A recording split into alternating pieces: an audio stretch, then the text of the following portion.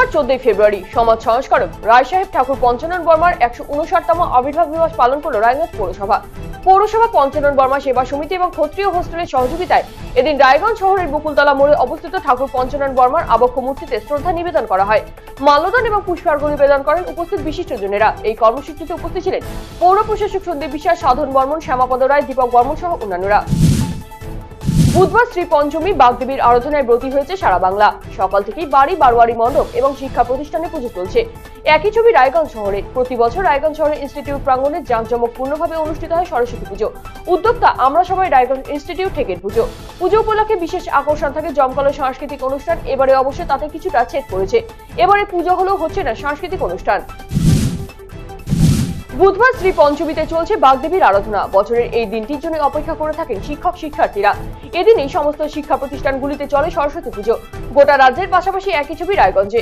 বুধবার সকাল থেকে রায়গঞ্জ শহরের বিদ্যালয়গুলিতে সাজো রব প্রতিমা আনার পাশাপাশি ভোগ প্রস্তুতি চলে।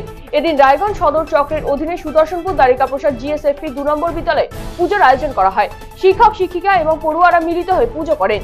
ফলমূল ভোগ সরঞ্জামে সাজিয়ে তোলা হয় পুজো প্রাঙ্গণ। অঞ্জলি প্রদানের পর পুজো শেষে ভোগ বিতরণ করা হয় সকলের মধ্যে। বুধবার 14 ফেব্রুয়ারি বসন্ত পঞ্চমীতে সরস্বতী পুজোর আয়োজন করল উত্তর দিনাজপুর প্রেস ক্লাব। এদিন রায়গঞ্জ শহরের রেল স্টেশন সংলগ্ন এলাকায় অবস্থিত প্রেস ক্লাব প্রাঙ্গণে পুজোর আয়োজন করা হয়। প্রতিবারের মতো এবারও নিষ্ঠা ও ভক্তি সহকারে বাগদেবীর আরাধনা করা হয়। উপস্থিত ছিলেন উত্তর দিনাজপুর প্রেস ক্লাবের সাধারণ সম্পাদক অলিক মিত্র সহ অন্যান্যরা। বুধবার বাগদেবীর আরাধনায় ব্রতী হয়েছে সমস্ত শিক্ষা প্রতিষ্ঠান। এদিন রায়গঞ্জের শহরের ঐতিহ্যবাহী করোনেশন উচ্চ বিদ্যালয়ে বাগদেবীর আরাধনা করা হয়। প্রতিবারের মতো ভক্তি ও নিষ্ঠা সহকারে পুজো অনুষ্ঠিত হয়। শিক্ষক শিক্ষিকা এবং শিক্ষার্থীরা মিলিতভাবে অঞ্জলি প্রদান করেন। প্রতি বছরের ন্যায় এবারও মালদা জেলা প্রশাসনের উদ্যোগে আয়োজন করা হলো সরস্বতী পুজো। জেলা প্রশাসনিক ভবন চত্বরে আয়োজন করা হয়েছিল সরস্বতী পুজো। পুরোহিতের মন্ত্রোচ্চারণ রীতি মেনে পুজো সম্পন্ন হয়। জেলা শাসক নিতিন সিংহানিয়া, ইংরেজ বাজার পৌরসভার চেয়ারম্যান কৃষ্ণনারায়ণ চৌধুরী সহ অন্যান্যরা পুজো মণ্ডপে উপস্থিত ছিলেন। সেখানে সপরিবারে অঞ্জলি দিলেন জেলা শাসক। সাপের কামড়ে গুরুতর অসুস্থ হয়ে সকালে হাসপাতালে ভর্তি হলো এক নাবালিকা। জানা গিয়েছে অসুস্থ ওই নাবালিকার নাম দীপালি টুডু, বয়স 12। বুধবার ঘটনাটি ঘটেছে ইটাহার ব্লক সংলগ্ন কুসুমন্ডি থানার শ্যামপুর গ্রামে।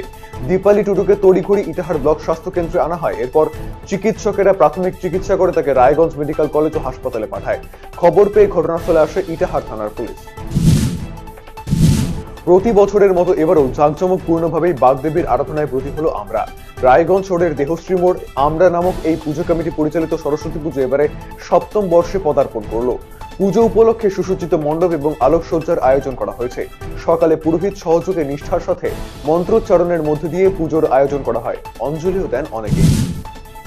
বুধবার দেবী সরস্বতীর আরাধনায় মাতলেন ইটাহারের সাধারণ মানুষ। সরস্বতী পুজোকে কেন্দ্র করে বিভিন্ন সরকারি বেসরকারি শিক্ষা প্রতিষ্ঠানে আনন্দ উৎসব লক্ষ্য করা যায় ছোট থেকে বড় সকলের মধ্যে।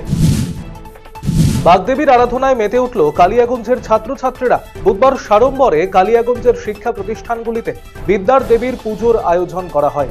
পুজো ঘিরে সকাল থেকেই চলে তোড়জোড়। বিদ্যার দেবীর চরণে দেওয়া হয় অঞ্জলিও।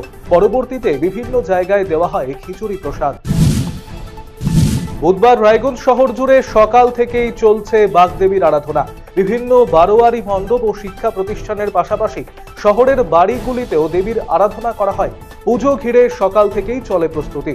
নির্দিষ্ট সময় পুরোহিত সহযোগে পুজো করা হয়। পুজো শেষে চলে অঞ্জলি। চোপড়ায় ভারত বাংলাদেশ সীমান্তবর্তী এলাকায় নিকাশি নালার কাজ চলাকালীন 4 শিশুর মৃত্যুতে সোমবার আলোড়ন ছড়িয়েছিল গোটা রাজ্যে। এই ঘটনায় অভিযুক্তদের শাস্তির দাবিতে সরব হয়েছে তৃণমূল নেতৃত্ব। মঙ্গলবারের পর বুধবারও ধর্ণা অবস্থান অব্যাহত তৃণমূল নেতৃত্বের। ছাদ টপকে চুরি করতে গিয়েও শেষ রক্ষা হলো না। দিনের বেলা আইনজীবীর বাড়িতে চুরি করার সময় হাতে নাতে ধরা পড়তে হলো চোরকে। এই চুরির ঘটনায় বুধবার ডালখোলা বাসস্ট্যান্ড সংলগ্ন এলাকায় চাঞ্চল্য ছড়িয়ে পড়ল। বিষয়টি জানাজানি হতেই প্রতিবেশীরা ছুটে আসে এবং চোরকে হাতে নাতে ধরে ফেলে। খবর পেয়ে ঘটনাস্থলে আসে ডালখোলা থানার পুলিশ। পুরো ঘটনার তদন্ত শুরু করেছে ডালখোলা থানার পুলিশ কর্মীরা। যদিও দিনের বেলায় চোরের হানায় আতঙ্কিত এলাকাবাসীরা। গাজলের বোমকা প্রাথমিক বিদ্যালয় সহ বিভিন্ন শিক্ষা প্রতিষ্ঠানে পালিত হলো সরস্বতী পুজো। পুজো শেষে মায়ের প্রসাদ বিতরণ করা হয় পড়ুয়াদের মধ্যে। এই বিদ্যালয়ের প্রধান শিক্ষক দিলীপ কুমার রায় নিজেই সরস্বতী পুজো করেন। এই উপলক্ষে মনজ্ঞ নাটক পরিবেশন করে পড়ুয়ারা।